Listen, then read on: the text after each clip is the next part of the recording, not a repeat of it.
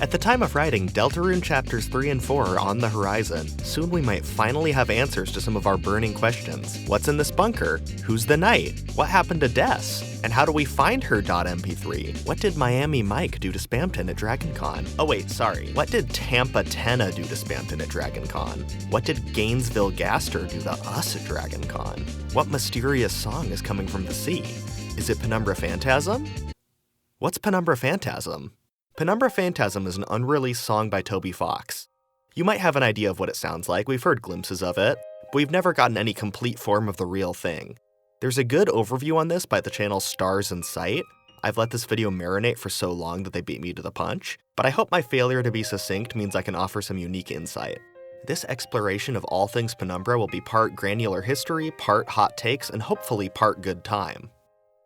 The mystique around Penumbra Phantasm might be older than some of you watching this video, dating all the way back to Toby's first year composing for Homestuck. I got into Homestuck, if you've ever heard of that. I don't think so. No, What is that? What's Homestuck? Oh wait, okay, you guys don't know what Homestuck is? This No. is amazing. It's really hard to describe, but it was extremely popular at one point with like people that go to anime conventions. If anyone needs a primer on this in 2025, Homestuck is most easily described as a webcomic, but it's a big, weird, multimedia interactive fiction project that experiments with lots of different mediums. Exciting moments are often conveyed through long flash animations.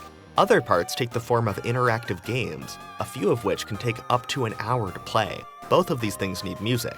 For this reason, Homestuck is one of very few comics with a soundtrack which just so happens to be full of forever bangers. One of the most forever of these bangers is a song called Doctor.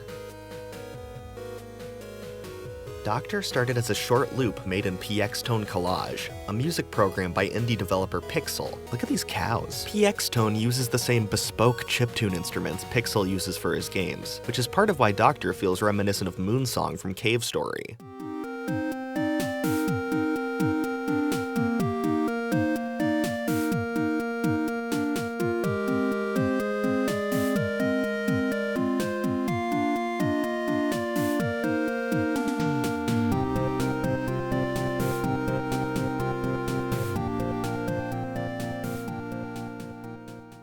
Doctor plays at the beginning of Act 4 of Homestuck. It's the soundtrack to a flash game that introduces a new location, the Land of Wind and Shade, or Loas. God, it still hits.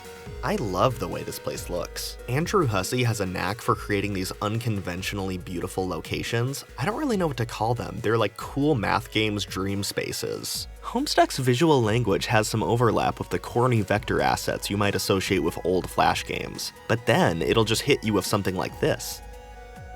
The Land of Wind and Shade's design falls pretty evenly between these opposing sensibilities. I don't really know if this place is pretty, but it is very alluring, if that makes any sense. I feel a similar way about Doctor. The constant pulsing chiptune chords are almost a little abrasive, they give it a sort of hard edge, but they're just barely obscuring something so ethereal and beautiful, which perfectly captures the feeling of exploring this planet for the first time. And here, the song is doing most of the heavy lifting because it's not as if the game part holds up particularly well.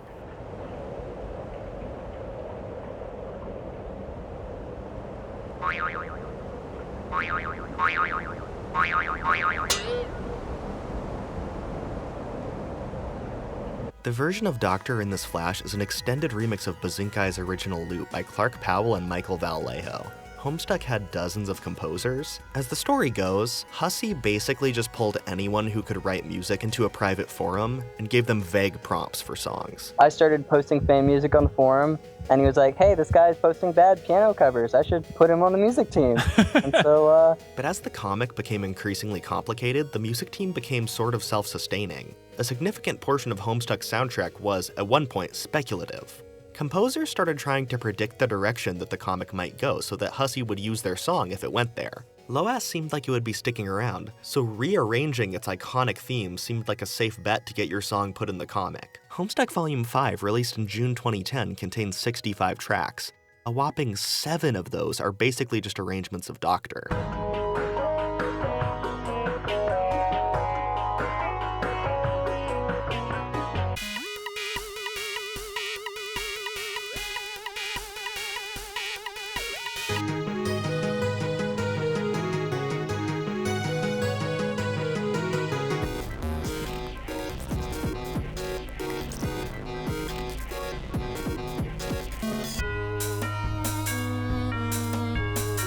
Yeah, this is among the better Doctor remixes to be sure.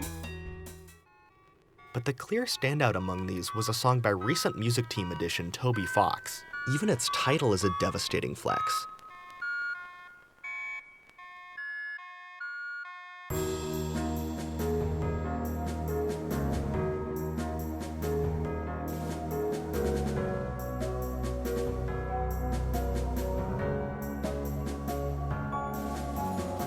Beyond being epic Minecraft build time-lapse music, I think out of all these versions, Savior most accurately captures the magic of the original Doctor. But it isn't afraid to push it into new places. It sounds much more traditionally heroic, but also darker and more mystical. It really stands out in the sea of Doctor remixes by building a new song on top of Doctor, rather than just laterally changing it. Toby introduces this new melody that's not in Doctor that's very pretty and mysterious.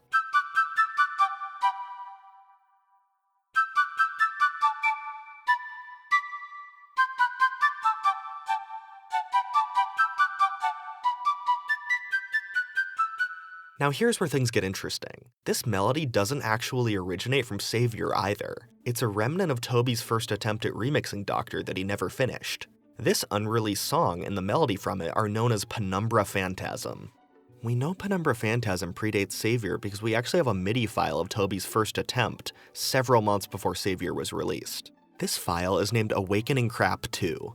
The presence of awakening, or waking, seems to lend some credence to a black pill doomer theory I've seen, which proposes that Penumbra Phantasm is simply another name for an early version of Savior. But the arrangements of the two songs have almost nothing in common. This file is much more in line with Toby's future attempts at reviving Penumbra.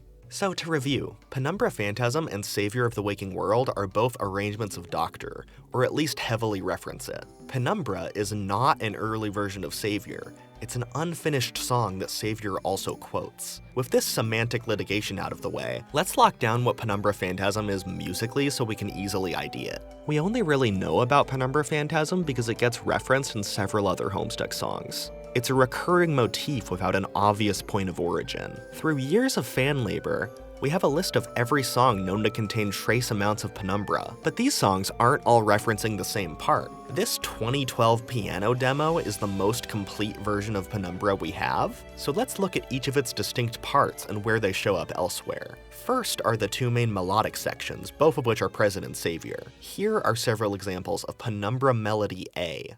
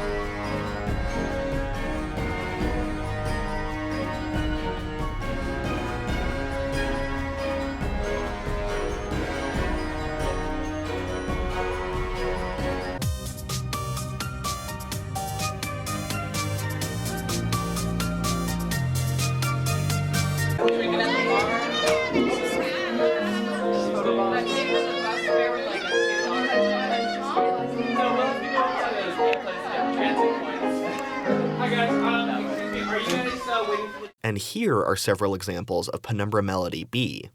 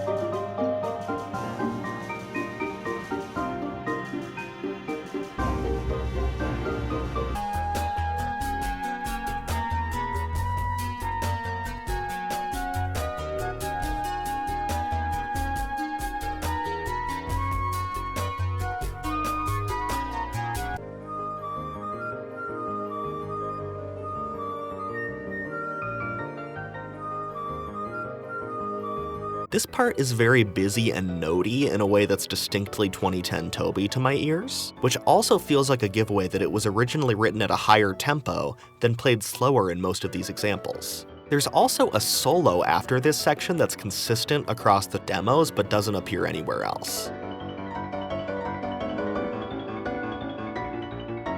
The other consistent Penumbra calling card is this mysterious twinkly fluttering chord vamp. This part actually isn't present in Savior, but it shows up all over the soundtrack.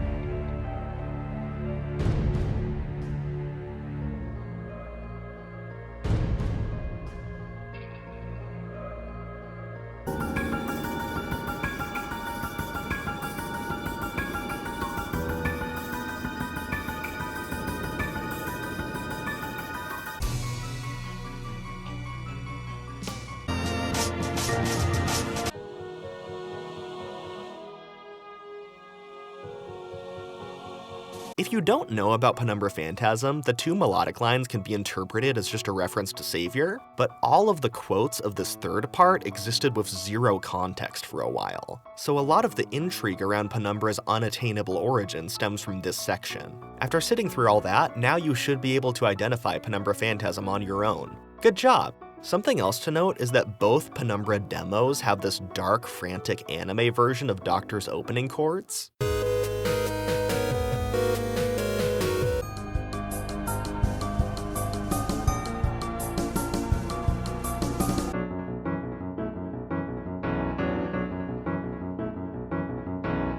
So this seems to also be a consistent element of the song, but even these two examples vary from each other a little. And when other Homestuck musicians do something similar alongside Penumbra, they're usually referencing Savior specifically. References to Doctor show up on their own way more than Penumbra Phantasm, so we can't really say if Doctor is this percent evil, it's actually a Penumbra reference. But this introduces some weird edge cases. Listen to this.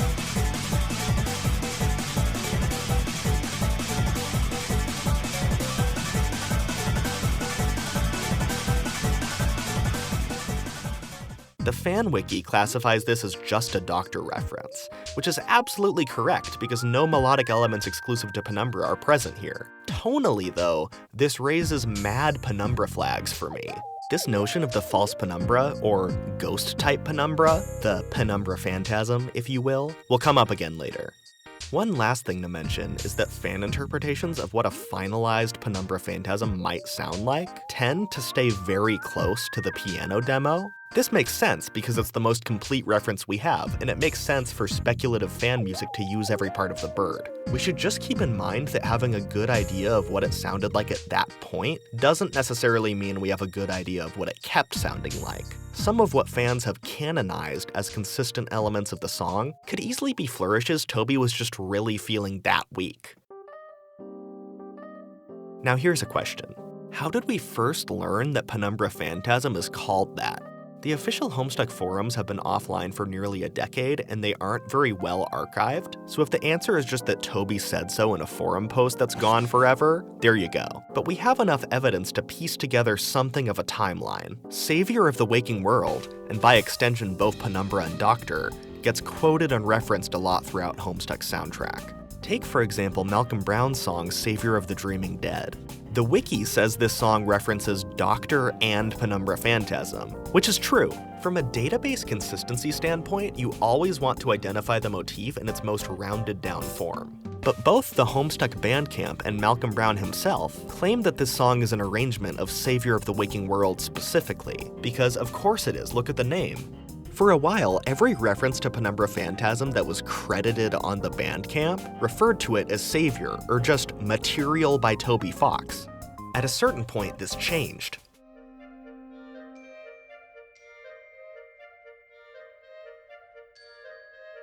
Prospect Dreamers, released on August 22, 2011, is the first Homestuck song to officially acknowledge that it's referencing Penumbra rather than Savior. Also of interest is that on the very same day, Toby Fox received this Tumblr ask reacting with confusion at the unknown song title. Penumbra Phantasm? At Shadow's Edge, shatter the twilight reverie. It would seem that we can pinpoint August 22, 2011 as the first time the name Penumbra Phantasm came up. But if you can provide concrete evidence of the name existing before this date, let me know in the comments. Your reward is 2000 XP because I'll drop it after I die in shame from being wrong. The next day, someone asked Toby to post 5 seconds of Penumbra Phantasm. He replied that there already is 5 seconds of it at the end of another Volume 5 song, Descend.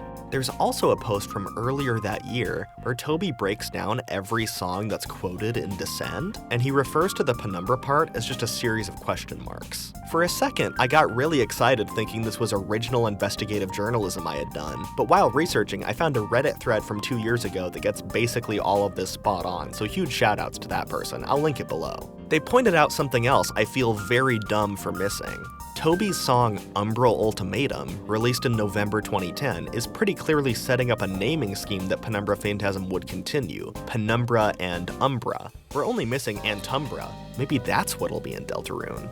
Apparently, fans were theorizing that Penumbra Phantasm would be used in Homestuck's end of Act 5 flash, Cascade. When this wasn't the case, Fox said something to the effect of, It might show up when Homestuck ends, or never at all. This post hasn't been archived, so I can't verify it myself. However, we did get something on that day. The release of Cascade coincided with the release of Homestuck Volume 8. One of the album's several hidden bonus tracks was a barely audible snippet labeled null.mp3. Reversed and amplified, it sounds like this.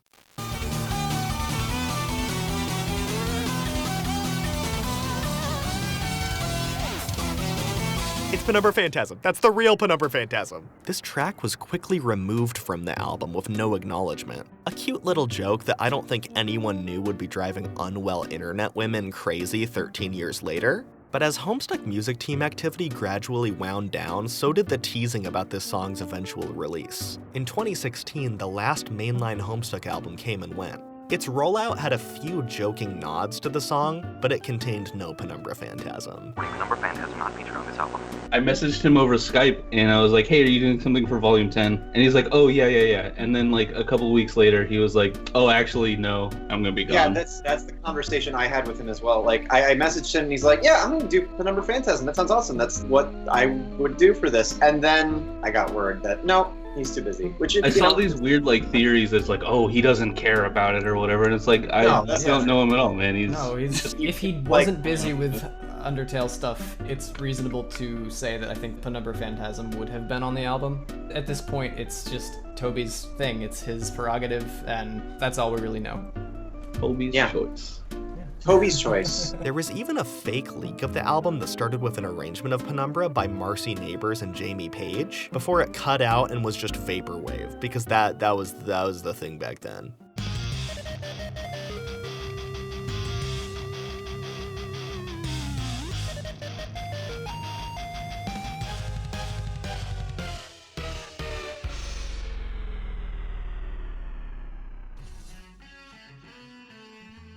The full version of this cover was included on a Homestuck fan album a year later. This is one of my favorite interpretations of what a full Penumbra might sound like. The guitar solo turns into the Breath of the Wild theme because it was 2017. I talked to Toby about it once we made it. I was like, hey, here's this stupid thing we made. He thought it was hilarious, but also was like, I don't want people to think that's the real Penumbra Phantasm. And I was like, okay, we're gonna do our absolute best to make sure it's really obvious that it's not. There have been a couple other nods to Penumbra in official post-Homestuck content.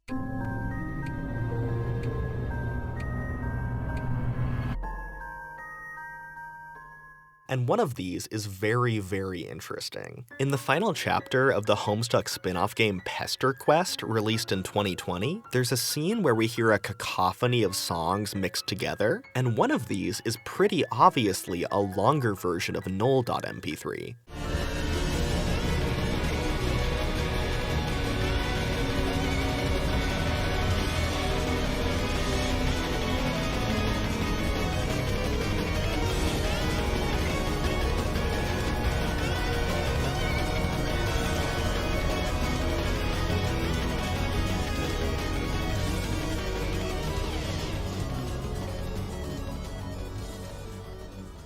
It's hard to determine exactly when this clip of Penumbra is from. It doesn't sound exactly like Null, but it also doesn't sound like the same way Toby uses funny MIDI guitars in Undertale or more recent works, so it's pretty up in the air.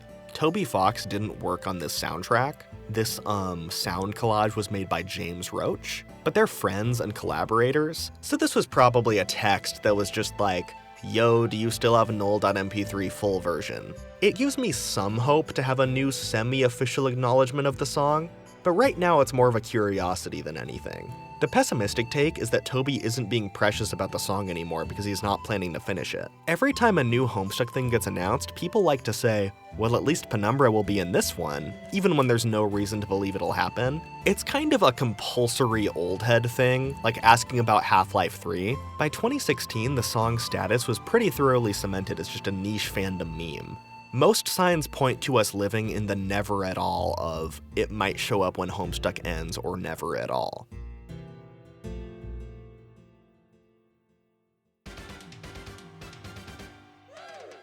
Lots of ink has been spilled on the overwhelming amount of Undertale AUs and the labor that goes into fan work. Of particular interest is the community's unique focus on fan music. Cracking open FL Studio to take your best stab at what Deltarune's final boss theme might sound like. This speculative, iterative remix culture feels very inherited from Homestuck, just a little more cutthroat and accelerated for Gen Delta. I'm not posting my cover of Big Shot from Deltarune Chapter 2. That's boring. This is my original take on Big Shot called Always Be Closing, inspired by the Evil Week Gamer's Final Communion AU. But when this AU was adapted into a popular fan animation by the epic Moo 05, they actually used Gorben's take on Always Be Closing without crediting me, so I'm deleting everything and leaving the Deltarune SoundCloud community. Find me on my new account in 1 week. I think it's great. As creative and high effort as these fan works can be, a lot of them take a pretty grounded approach to fantasy football. What do I want to see in the game is matched with an equally strong focus on the question of what old ideas might Toby revisit in the game. There's plenty of precedent for this.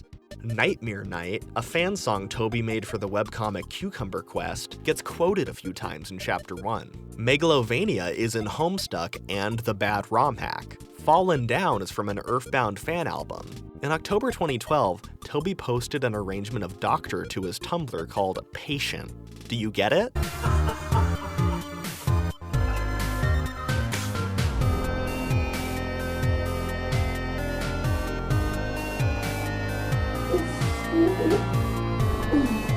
Given that this sort of thing is on the table, it begs the question, why wouldn't Toby Fox's most mysterious song show up in Toby Fox's most mysterious game? The wait for Chapters 3 and 4 has seen a sudden explosion of Penumbra Phantasm truthers. It's not just me anymore. There are dozens of us. It's different people doing it for different reasons on different platforms, but we're back in the Volume 5 era. Doctor remixes are everywhere. Instead of just the Homestuck Bandcamp, it's the whole internet. Penumbra Phantasm is all over Deltarune fan music in 2025. You can find hundreds of covers of it, nearly all from the last couple of years.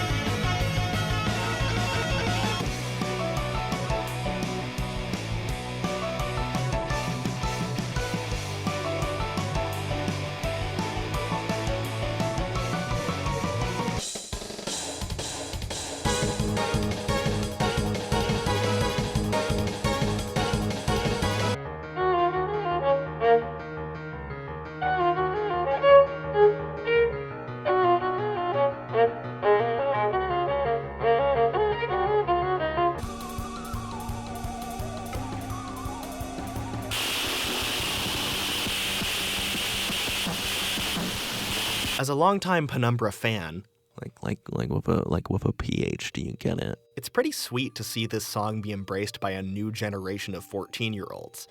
They're better at music than I was. So now we can focus on our central question for the rest of this video. Will history prove this to all be just for fun? Or is the parlay gonna hit? Will Deltarune give us a completed Penumbra Phantasm?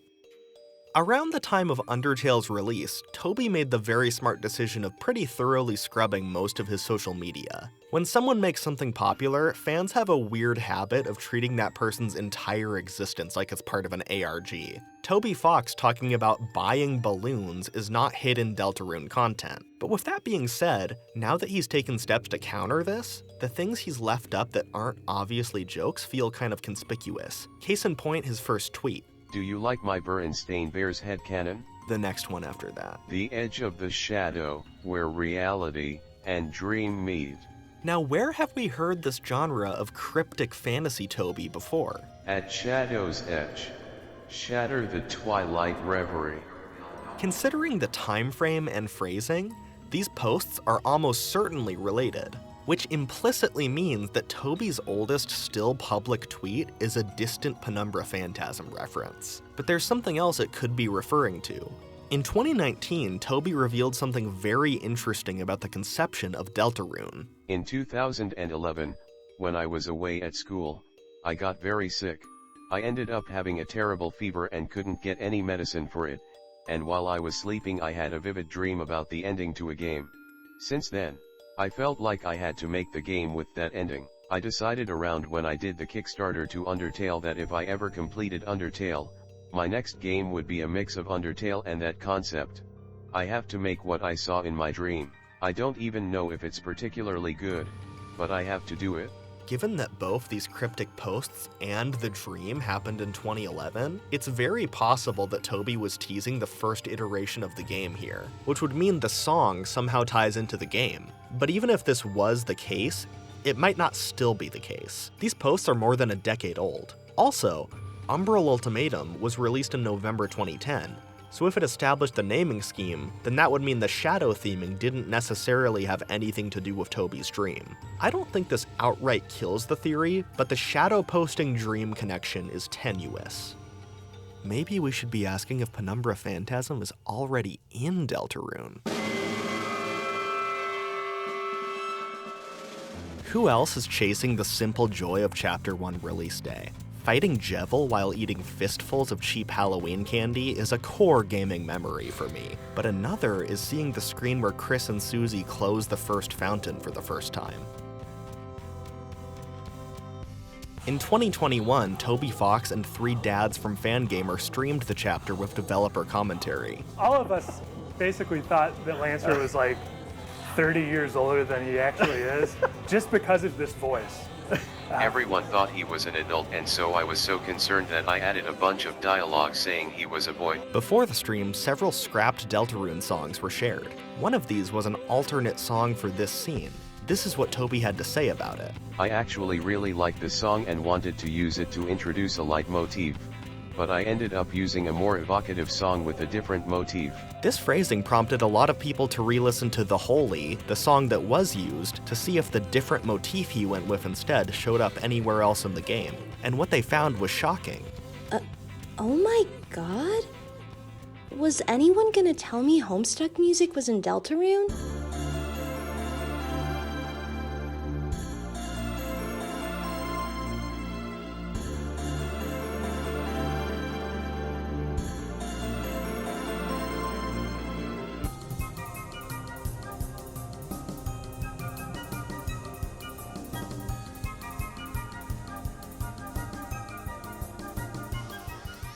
This is very commonly cited as hard evidence that Penumbra is quoted in The Holy, but you might not hear it because it's kind of up in the air. Let's compare these melodies to demonstrate. Here, in the left ear, is The Holy.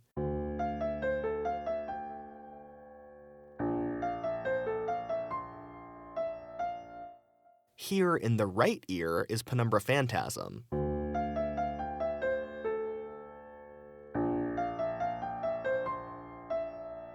Now we'll play them both at once.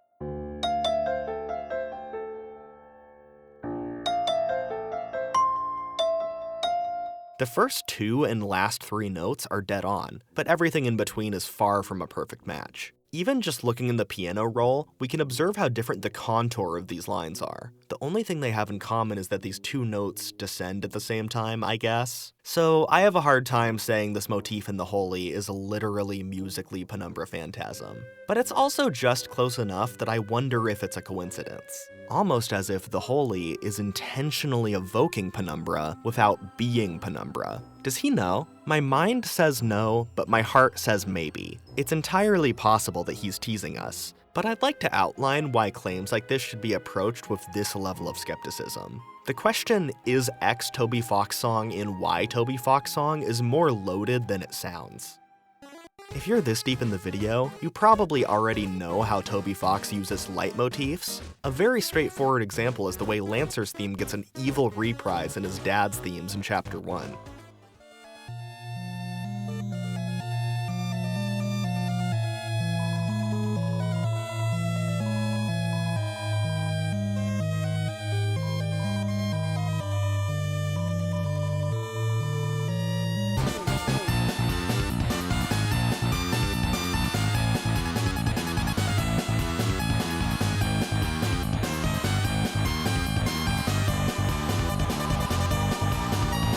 When you're 13 and not a jaded 20-something who knows this but not chemistry, putting this together on your own is very exciting. You feel smart. Everybody wants to feel smart, especially when it comes with the social capital of being the first one to make a discovery. A brief jaunt through the comments section of the final boss theme that Toby composed for Pokemon Scarlet and Violet will provide you with a vast array of possible leitmotifs and references to choose from. Knowing that Toby Fox composed this song makes a lot of sense once you listen at 1 minute and 23 seconds and realize he reused a part from Opa Toby Style, one of the finale tracks of Homestuck. If you listen real close, you can probably hear Mettaton's genocide theme, Power and Neo. This doesn't seem that much of a stretch, considering Toby Fox began working on some of the music for Pokemon. 136, Save the World, Hopes and Dreams, Power of Neo. 148, Hopes and Dreams, Save the World. 259, same but different instrument. I've already mentioned this plenty, but I can't get over how Toby carries his musical motifs. I could hear glimpses of another medium, core, and Death by Glamour. The music in this game is godlike. I'm having a hard time deciding if I like this or the Area Zero battle theme is my favorite track in the game. Hey, this sounds familiar, even from recent memory. Where have I heard it? Looks through the chronology, notices Collide from Homestuck. Oh, wait. Who composed? God damn it, Toby! You've really just composed 5 songs! Needless to say, none of these songs are being intentionally quoted here. I can kind of hear the Opa Toby style one, but I think he's just arriving at a similar conclusion rather than intentionally invoking this. You have to treat this sort of thing on a case-by-case basis, because as easy as it is to dismiss funny YouTube comments, there are some genuinely tricky edge cases. Here's a part in Snowden Town from Undertale.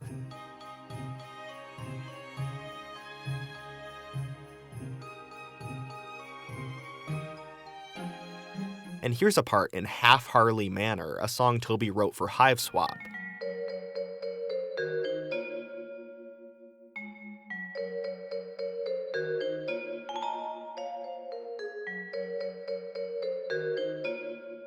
Those two phrases sound pretty similar. If these were in the same game, it wouldn't be completely out of the question to call this a reference. So it seems totally plausible until you wonder why. These songs are in 2 different franchises. It's not like Snowden Town is a particularly famous song from Undertale, or a particularly underappreciated one. There's little incentive for this to be an intentional Easter egg. It seems much more likely that it just made sense to do something similar in both songs. Toby Fox has garnered a reputation as an epic internet troll, which was definitely earned at some point, but this aspect of his current persona tends to be very exaggerated. This perception has provided fuel for maybe the worst example of collective musical copium I can think of.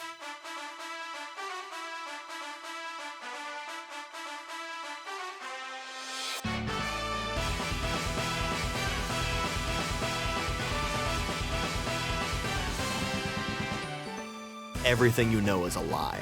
Delete your funny comments and shame. Please don't, it helps the channel grow. In 2019, Toby Fox composed his first song for the Pokemon series. Some clever listeners noticed a few similarities between parts of this song and parts of a Homestuck forum shitpost rock opera he made a decade prior. Wouldn't it be funny if this iconic meme lord reused his song about hyperlink block for one of the biggest game franchises on Earth? This story gets parroted basically every time Fox's name comes up in a non-Undertale context, because it would be really funny if it was true. And there's a Polygon article about it, so it must be true. I love the triumphant subheadline, "The Baby Is You Makes a Return," as if the Last of Us gamers of Indianapolis would have any clue what it's talking about. So let's take a look at the comparison video the article cites.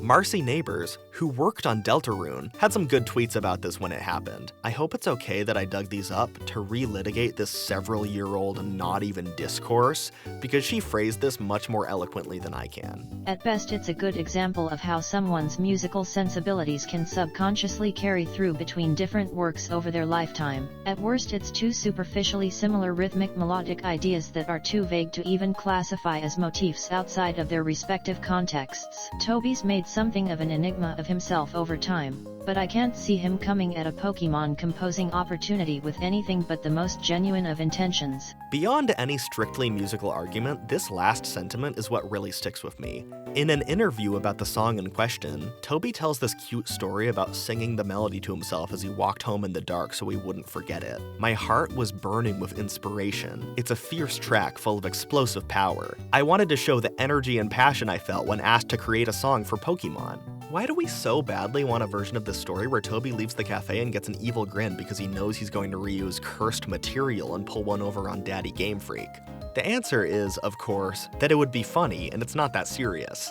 But the willingness to impose cynicism on a stranger sits kind of weirdly with me. The appreciation of Toby's music still to this day gets filtered and amplified through the fandom meme machine, until it comes out the other end as, "Toby Fox is a massive troll who has only ever written 3 songs and just keeps remixing them," which is a pretty insulting thing to assert about someone whose body of work you've made your whole personality. This is why I have an unreasonably negative reaction to the objectively harmless Once Upon a Time and Megalovania are connecteds of the world. Even with the most wide-eyed excitement, it can become an unkindly clinical way to process the art you enjoy. Why do we want to turn lemonade back into lemons? Don't you have anything better to do? Is me making this video just expressing that same impulse? No, it's the children who are wrong.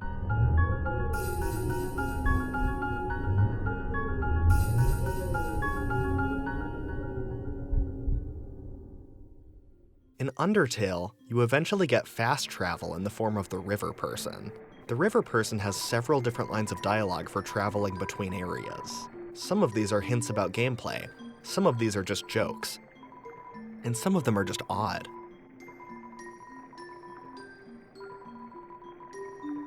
What exactly the old song from the sea is referring to has never been conclusively solved. People wondered about it, but there wasn't much theorization to be done in the 2010s. Fast forward to the end of Deltarune Chapter 2, where Onion shares something interesting. Hear closely for a second. Sometimes I hear a song at night. Just a little piece of a song, yeah? It sounds like it's coming from under the water, deep. I think maybe I've heard that song before, coming from the sea. The whole thing. It's not a new song, but I can't remember. Huh. There are several theories on what they could be talking about here, but you know what we're here for. Is Penumbra Phantasm the old song from the sea? This theory is extrapolating from the words old song and little else. The clarification that it's not a new song doesn't necessarily mean that Toby would pull this deep. This line could be read as just solidifying the allusion to Undertale, rather than saying the song itself is old to us. The old song from the sea could in fact be a new song from the game. We're only taking it at face value because we don't want cars, we want faster horses. I'm of course referencing the famous quote by W.D. Gaster.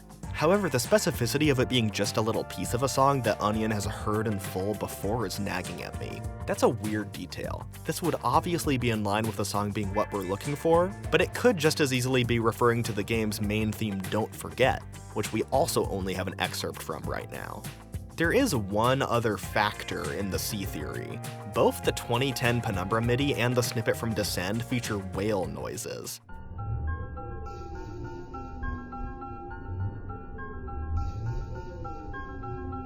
The most reputable of Deltarune scholars have noted that whales are from the sea, so there is a tenuous connection between the song and the sea. The whale noises in question are sampled from classic SNES RPG Secret of Mana.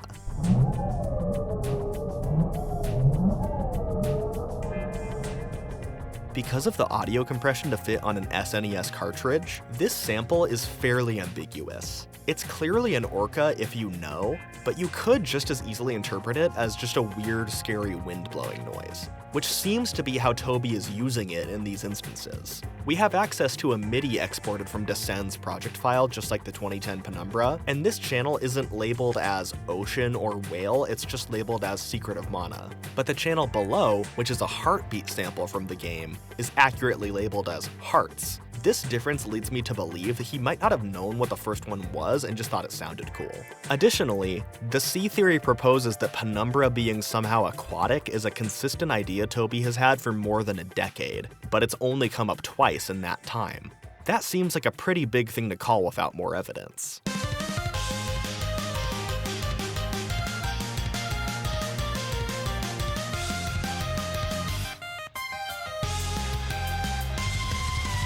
In my opinion, the ocean connections are looking pretty weak. I would love to be proven wrong, but the future of our funny Homestuck song is looking darker and darker.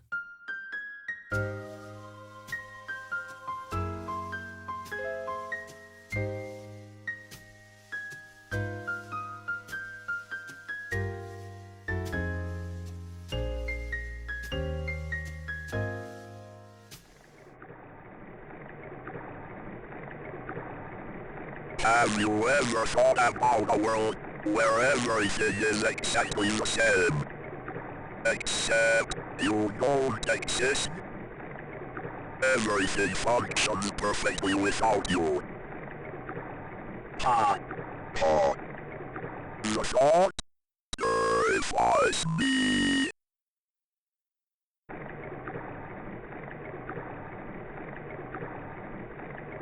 Okay. You know all this, but let's review the basics. In Undertale, W.D. Gaster was the royal scientist before Alphys. He was responsible for building the core, but either metaphorically or literally fell into his creation. One of Gaster's followers explains that one day he vanished without a trace. They say he shattered across time and space. In the True Lab at the end of the Pacifist run, you can read several diary entries from Alphys. These entries jump straight from 16 to 18, leaving one conspicuously missing. Entry 17 can only be accessed by modifying your save file.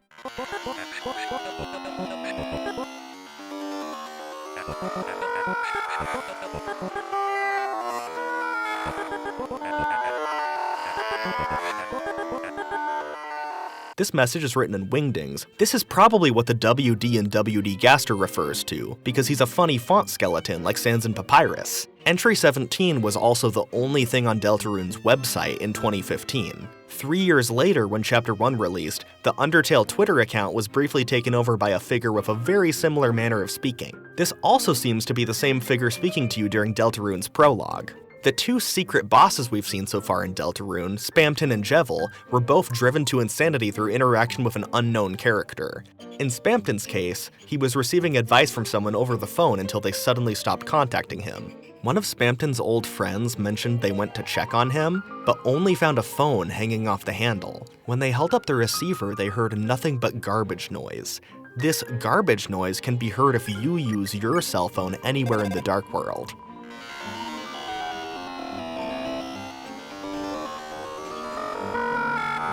this same audio plays when you're reading entry 17, bringing the connections full circle. Barring any shocking swerves, it seems pretty safe to say Gaster will be important to Deltarune. These points could be litigated further, and there are a few more esoteric pieces of supporting evidence, but this video is long enough as is. Every reference to Gaster in Undertale is fleeting and elusive because he's been erased from existence. He's shattered across time and space. We can't experience Gaster as a character in his entirety like we can with Sans or Alphys, but if we know where to look, we can catch glimpses. This is the same fate that Penumbra Phantasm has met in real life. We can't experience Penumbra in its entirety. We can only make guesses at what a complete version might sound like based on fleeting echoes. When little pieces of it show up in dozens of Homestuck songs, it starts to feel like the platonic ideal Penumbra that once existed has just been shattered across time and space. Both it and Gaster are ephemeral in the same way. So if this character is going to show up in Deltarune, it stands to reason that this song would be very up its alley as well. That's it, that's the theory. I've dismissed some reaches in this video, and you could very easily do the same here, but this is my losing dog to bet on, and I think Toby has struck thematic gold. It would be a shame to leave it on the table even if it's almost too obvious. On an irrational, emotional level, this feels like the strongest evidence for Penumbra coming back that we have. Toby isn't making his game with Homestuck music old heads in mind, but what is a creator if not the oldest of heads? There's a notable contingent of fans who weren't around for early Gaster discussion. All things considered, this character showing up at all is a pretty deep cut. Who's to say we won't go deeper? Please let us have this. Fuck, we've been good.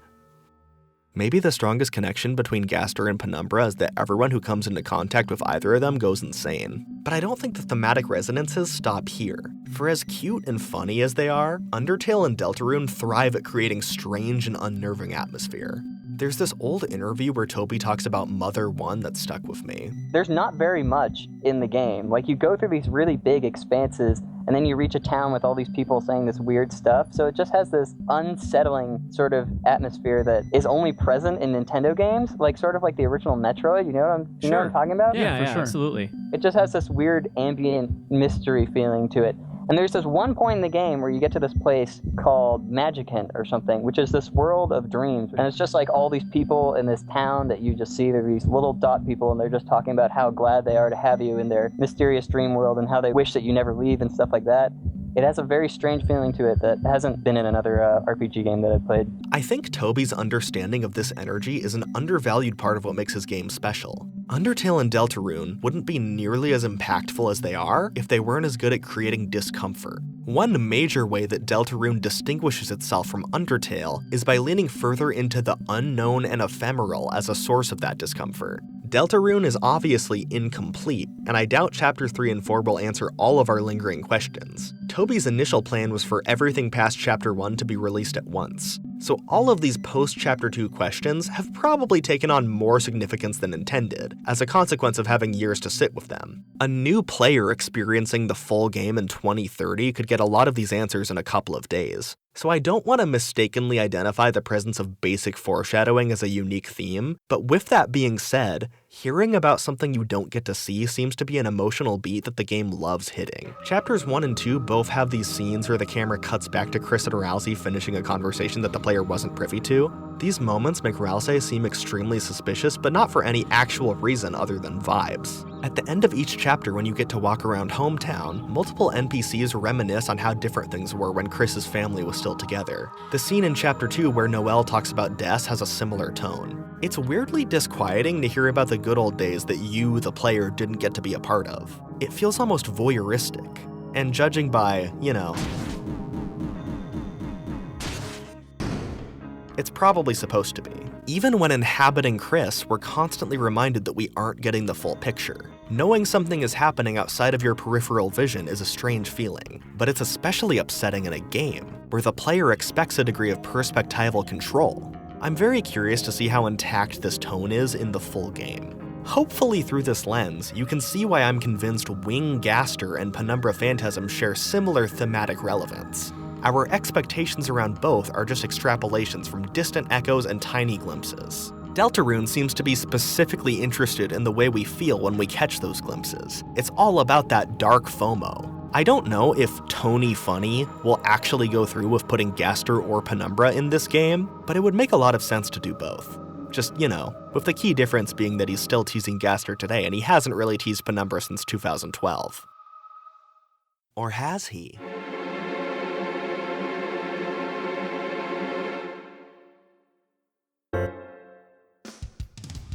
I should clarify, my epic fan theory isn't that Penumbra Phantasm will be Gaster's theme. We already have Gaster's theme.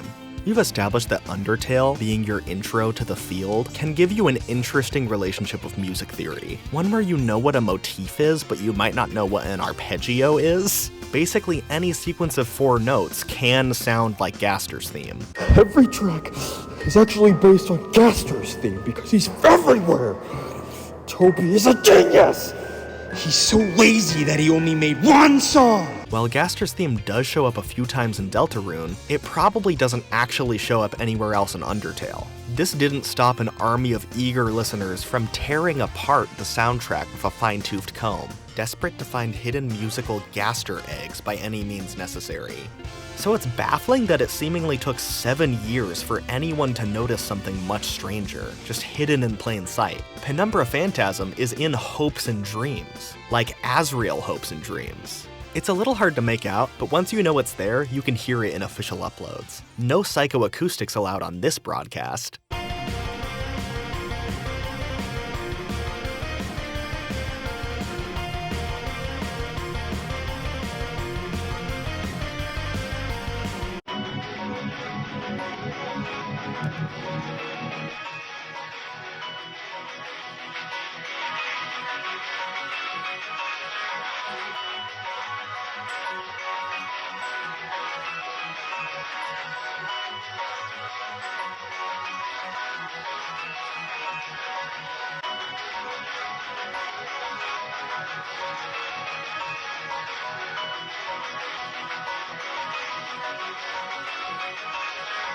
I'm not sure exactly who to credit this discovery to. It seems like the floodgates opened sometime in 2022. I can't find any references to it earlier, which is crazy if true. This went unnoticed for so long. Of course, if you've been paying attention, you know that this isn't Penumbra. It's actually just Doctor. That false flag I played earlier was training you for this moment. None of the melodic elements unique to Penumbra are here either.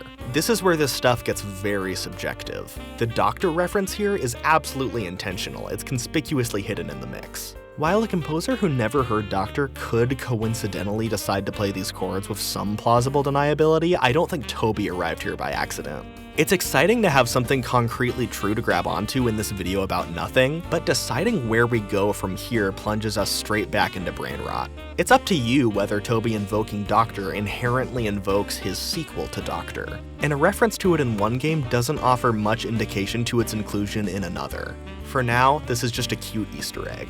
It's worth mentioning that the Doctor chords here are reharmonizing Flowey's theme, and I've seen people allege that they can also hear this motif in the 2020 Homestuck Penumbra clip, which would suggest a compelling connection between Penumbra and Asriel, which would be very interesting if I could hear it at all. I have absolutely no idea where you would begin to make this out. And when I say you, I am speaking directly to like 3 people who could be watching this, so please comment down below and share your evidence with the class. While I'm firmly in fun police mode, I've stressed the weirdness of projecting feelings onto the internet's Tony Fox, but I think it's fair to assume the lost media theorization buzz around this old work is more complicated for him than it is for us. You'll see comments under the piano demo of Penumbra stating he doesn't want this passed around, implying that he's definitely saving it for Deltarune, but this is actually telephoned down from the fact that this demo was obtained in a 2017 database leak, which thankfully has been mostly scrubbed from the internet because remnants of Toby's in-jokes with friends aren't content for fans to find. 30 or so music files from this leak were temporarily added to the Homestuck sound test, a fan-made compilation of unused Homestuck music.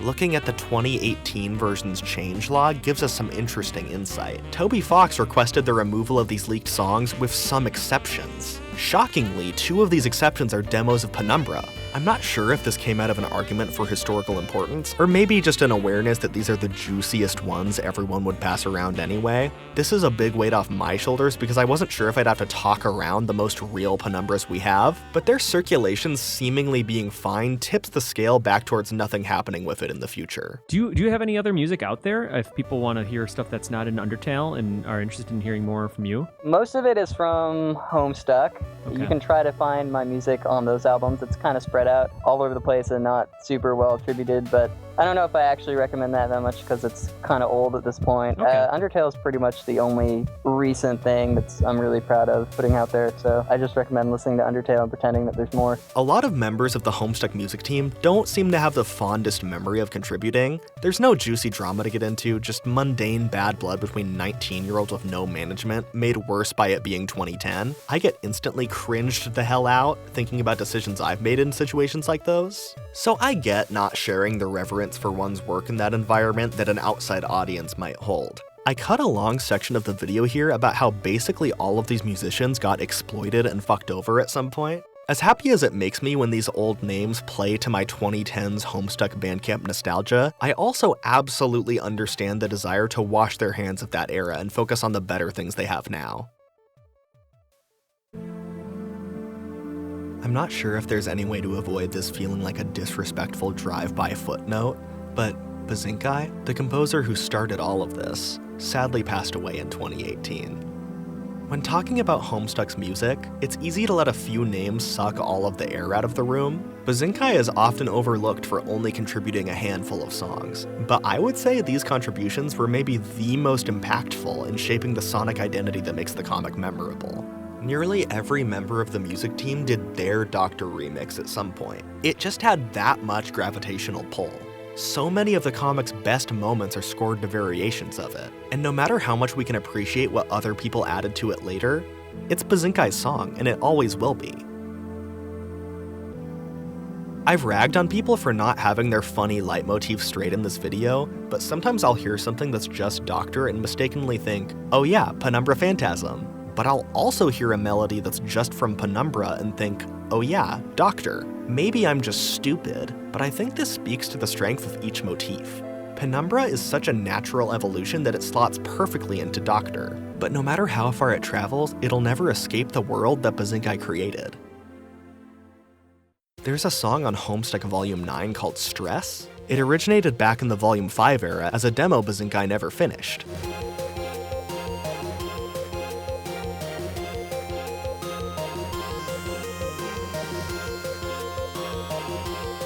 Two years later, Toby Fox decided to arrange and produce this song so it wouldn't go to waste.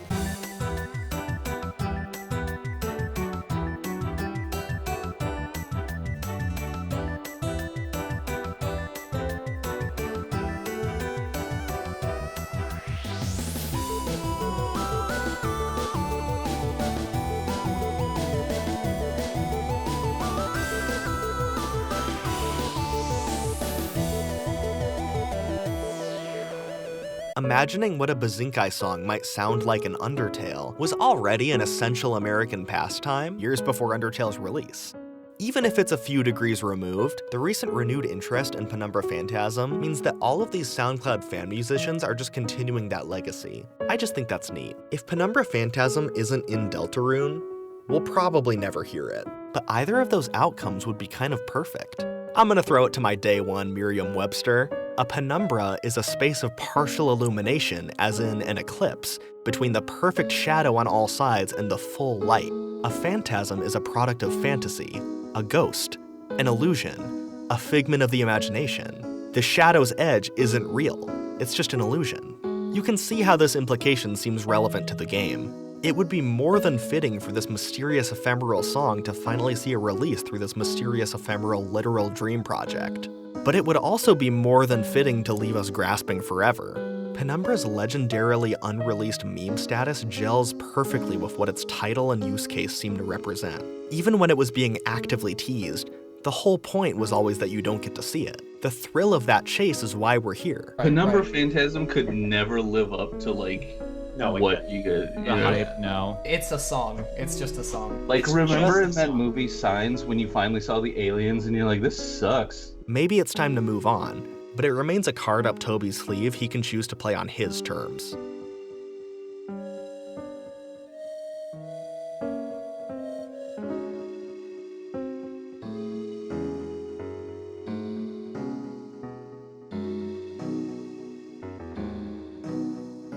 Oh my god, it's like the shadow crystals that the secret bosses give you. They let you see through the illusion.